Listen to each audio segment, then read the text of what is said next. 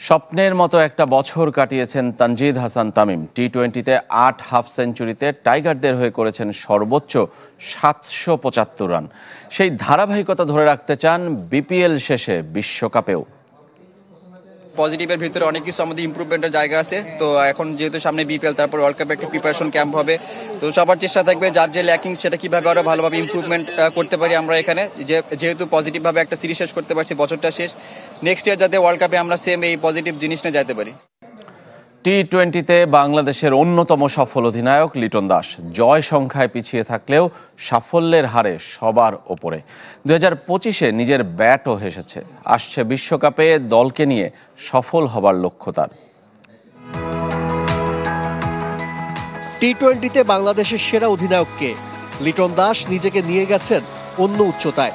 এবছরের 5 সিরিজ জয়ের সবকটির নেতৃত্বে তিনি। বাংলাদেশের হয়ে এর আগে এতগুলো সিরিজ কোনো অধিনায়ক জেতাতে পারেননি। ব্যাট হাতেও দুরন্ত লিটন। 25 ম্যাচে করেছেন 635 রান। তার হাফ সেঞ্চুরি মানেই যেন বাংলাদেশের জয়। অথচ একটা সময় ব্যাটে রান ছিল না বলে হতাশ ছিলেন। চেষ্টা আর পরিশ্রমে বদলে গেছেন এলকেডি। আমি যখন ক্যাপ্টেনশিপ হাতে পাই, যদি ওভারঅল আপনি প্লেয়াররা দেখেন, আমি খারাপ খেলতেছিলাম। সো আমার ভিতরে চ্যালেঞ্জটা ছিল যে সব প্লেয়ারই পারফর্ম করতেছে, খুব দ্রুত গতিতে রান তুলতেছে, আমি কিভাবে নিজেকে কোপ আপ করতে পারি তাদের সাথে। প্রতিপক্ষের ব্যাটিং লাইন আপ ধসিয়ে দেওয়ার ক্ষমতা রাখেন মোস্তাফিজ ও রিশাদ, যার ঝলক তৃতীয় টি-20তে দেখা গেছে। দুজনকেই ম্যাচ উইনার মনে করেন লিটন, চান বিশ্বকাপেও এমন পারফরমেন্স। দুজনই ম্যাচ উইনার। মুস্তাফিজ আমরা দেখে আসতেছি অনেক বছর ধরে, ও আমাদের বাংলাদেশ টিমের জন্য ম্যাচ উইনিং পারফরমেন্স করে। ইনফ্যাক্ট কয়েকদিন ধরে রিশাদও সেম জিনিসটাই করতেছে। আই হোপ যে তারা এই ওয়ার্ল্ড কাপে আমার লাইফটা ইজি করে দিবে। বিশ্বকাপের আগে আর কোনো আন্তর্জাতিক ম্যাচ নেই বাংলাদেশের, তবে বিপিএলে খেলে প্রস্তুতি নিতে পারবে ক্রিকেটাররা। সবাই সুস্থ থেকে যেন বিশ্ব আসরে খেলতে পারে, সে প্রত্যাশা লিটন দাসের।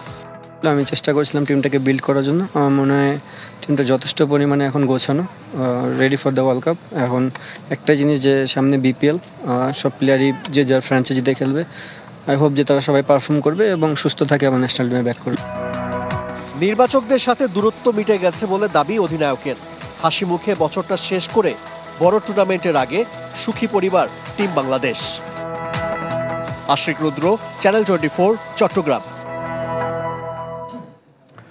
নেতা তামিম ইকবাল খেলার পক্ষে, কিন্তু অনুসারী ক্লাবগুলোর কর্তারা বিপক্ষে। সেটা জানান দিতেই আবারও সংবাদ সম্মেলন করেছে ঢাকার ক্রিকেট ক্লাবগুলোর একাংশ। তাদের দাবি, আবাহনী, মোহামেডানের মতো শীর্ষ ক্লাবগুলো যেমন তাদের সাথে আছে, তেমনি সংখ্যা বেড়ে এখন হয়েছে 44। আর লিগ খেলবে কি খেলবে না তার সিদ্ধান্ত নেবে ক্লাবগুলো, বিসিবি নয়। তামিম ইকবালকে ঘিরে বিরাট রহস্য। যে ক্লাবগুলোকে নিয়ে বিসিবি নির্বাচনের মাঠে ছিলেন, বর্জন করেছিলেন, সেই ক্লাবগুলোর পাশে কেন নেই সাবেক অধিনায়ক? এমন প্রশ্নের উত্তর দিতে গিয়ে তালগোল পাকিয়েছেন ক্লাব কর্তারা। ও এখনো আমাদের সাথে রেগুলার যোগাযোগ আছে, আমাদের সাথে এখনো আছে, আবার বাই দিস টাইম ও খেলোয়াড়দের সাথেও আছে। তামিম অ্যাজ এ খেলোয়াড় আর সংগঠক, এই জন্য তার একটা দ্বৈত ভূমিকা আছে। এটাতে মনে করি না যে তামিম আমাদের সাথে নেই, আমরা তামিমের স্ট্যান্ডে নেই। তার দ্বৈত ভূমিকার কারণেই সে বলছে খেলা চালায় যেতে হবে, কারণ সে প্লেয়াররা তো নার্ভাস হয়ে আছে। 45টা ইন্ডিভিজুয়াল ক্লাব তাদের কমিটির সাথে বসে সিদ্ধান্ত নিয়ে বয়কট করেছে। এখন এখানে আরো 10টা ক্লাব আছে তামিম সহ, যারা খেলতে প্রেফার করে। এটা তাদের পার্সপেক্টিভ। তামিম খেলার পক্ষে হলেও বর্জনের অবস্থান আবারও জানান দিয়েছে বিদ্রোহী ক্লাবগুলো। তাদের দাবি, আরও একটি বেড়ে এখন একজোট 44 ক্লাব। আবাহনী ও মোহামেডানের মতো বড় ক্লাবের কর্তারা বলছেন, বোর্ড নয়, খেলা না খেলার সিদ্ধান্ত নেবেন তারা। বোর্ড চাইলেই খেলা হবে না, আমরা চাইলেই খেলা হবে। That is the stand for জাতি। আমরা একজন দুইজন না, আমরা পুরা জাতি। আমাদের জাতি আমাদেরকে সাপোর্ট করছে। শুধু লিগ বয়কট নয়, নারী দলের যৌন হয়রানি ও বিপিএল ফিক্সিং নিয়েও সোচ্চার সংগঠকরা। বোর্ড কর্তারাই অনিয়মে জড়িত বলে দাবি তাদের। উইদাউট এনি এভিডেন্স এবং প্রপার জাস্টিফিকেশন, যেটা জনগণের কাছে আমাদের পৌঁছানো উচিত, ওনাদের পৌঁছানো উচিত যে কি কারণে এদেরকে আমরা বাদ দিলাম। আর অভিযুক্তদের যদি শাস্তি দিতে হয়, বোর্ডের ভিতরে তো অনেক অভিযুক্ত ব্যক্তিরা এখন ডিরেক্টর হয়ে, পরিচালক হয়ে আছে। বর্তমান ক্রিকেট বোর্ডকে অবৈধ দাবি করে এই বোর্ডের অধীনে কোনো কার্যক্রমে যুক্ত না হওয়ার ঘোষণা আন্দোলনকারী ক্লাবগুলোর। এই যে অবৈধ বোর্ড, অবৈধ কর্মকাণ্ডকে সহায়তা করছে, এটা একটা মানে বাজে জিনিস, বাংলাদেশের ইতিহাসে সবচেয়ে ন্যাক্কারজনক জিনিস। Ikram Hussain, channel 24, Dhaka. Junior hockey বিশ্বকাপের খবর জানাবো। গ্রুপ পর্বের শেষ ম্যাচে লড়াই করে শক্তিশালী ফ্রান্সের কাছে 3-2 গোলে হেরেছে বাংলাদেশ।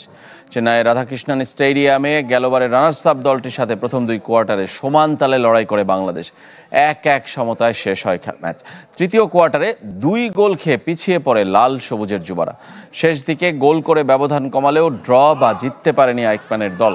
বাংলাদেশ জার্সিতে গোল করেন মোহাম্মদ আবদুল্লাহ এবং আমিরুল ইসলাম। 3 ম্যাচে আমিরুলের গোল 7টি।